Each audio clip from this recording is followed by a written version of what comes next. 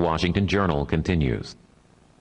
We want to welcome Governor Tom Ridge. Tom Ridge spent 12 years in the House of Representatives from Northwest Pennsylvania. That includes Erie and Sharon, Pennsylvania. Former governor of Pennsylvania, the first Secretary of Homeland Security.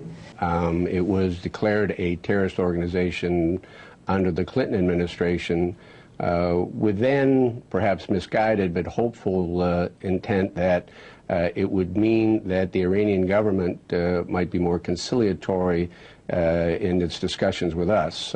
These individuals are now in a place called Camp Ashraf, and they surrendered their weapons. They were being protected by the American military, and that protection has been turned over to al-Maliki and the forces in Iraq.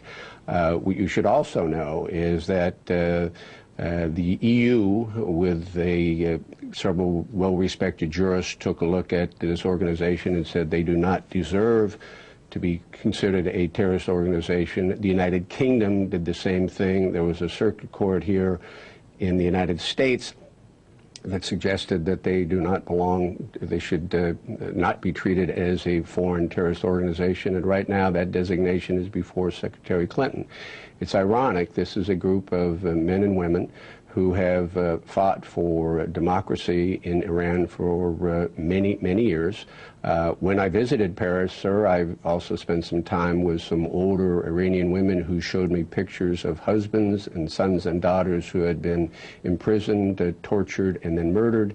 There's been thousands and thousands of those instances in that regime, and obviously we look very carefully at our public advocacy for the delisting of MEK. We are quite comfortable. We are certainly within within the limits of the law, and will continue to aggressively pursue the delisting. These men and women want to voice their opposition to Ahmadinejad, and for some reason we somehow think that keeping them listed as a foreign terrorist organization improves our chances to negotiate with Iran.